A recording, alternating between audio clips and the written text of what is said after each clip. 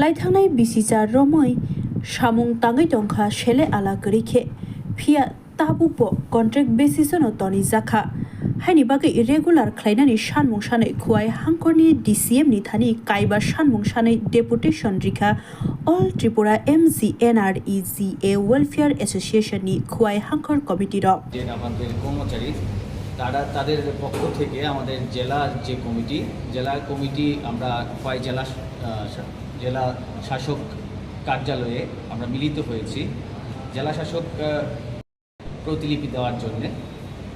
আপনারা হয়তো বা জানেন গত আমরা 2 মাস 3 দিন যাবৎ আমরা যে বেতন ভাতা সেটা এখন পর্যন্ত আমরা পাইনি এবং নানা সময়ে আমরা এই বেতন ভাতা নিয়ে সমস্যার সম্মুখীন হয়েছি। আমরা এইবার দেখতে পাচ্ছি যে 2 মাস ধরে আমরা বেতন পাচ্ছি না এবং এই বিষয়টায় আমরা আমাদের যে সংসার চালানোর যে সমস্যা হচ্ছে সেই সমস্যাটা আমরা আপনাদের মাধ্যমে সরকার মহোদয়ের দৃষ্টি আকর্ষণ করতে চাইছি। আপনারা ইতিমধ্যেই জানেন যে আমাদের যে বেতনটা দেওয়া হয় এই যে দ্রব্যমূল্য সময়ে বৃদ্ধির সময়ে আমরা যেই বেতনটা পাই এটা সংসার চালানো আমাদের জন্য পর্যাপ্ত না।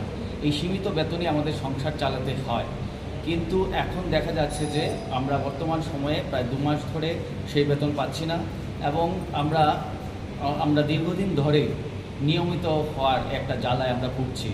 তো আমরা সেই বিষয় নিয়ে আজকে জেলা শাসক কার্যালয়ে আমরা মিলিত হয়েছি। ইতিমধ্যেই আমাদের অতিরিক্ত জেলা শাসক তথা অবেদানন্দ স্যারের সাথে আমাদের কথা হয়েছে। ইনি আমাদের এই বিষয়টা নিয়ে কথা বলেছেন এবং আমাদের আশ্বাস করেছেন আজকে উনি আবার সন্ধ্যার সময় আমাদের সময় দিয়েছেন মিলিত হওয়ার জন্য।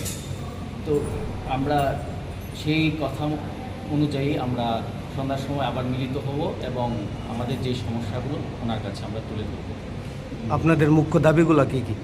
আমাদের আসলে মুখ্য দাবি হচ্ছে, দেখুন আমরা দীর্ঘদিন ধরে 2007 সাল থেকে রেগা এই রাজ্যে চালু হয়েছে, তখন থেকেই আমরা কাজ করে আসছি এবং আমরা সবসময় যে সেটা কখনো ফ্লাড হোক কখনো ইলেকশন হোক যে কাজে আমাদের সরকার নিয়োগ করেন আমরা স্বতঃস্ফূর্ততার সহিত সেই কাজটা করে যাই, কিন্তু আমরা বিনিময়ে যে একটা নিয়মিত বা একটা যে গ্যারেন্টি আমরা চাইছি সেটা দীর্ঘদিন ধরে আমরা পাচ্ছি না।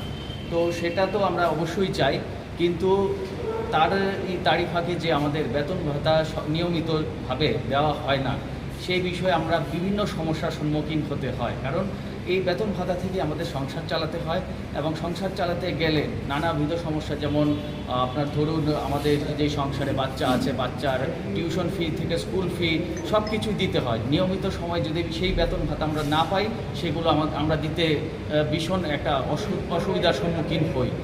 তো সেই বিষয়ে আমরা প্রথমত নিয়মিত যেমন তেমন আগে তো আমাদের বেতন ভাতা দিতে হবে, সেই বিষয়ে আমরা সরকার মধ্যে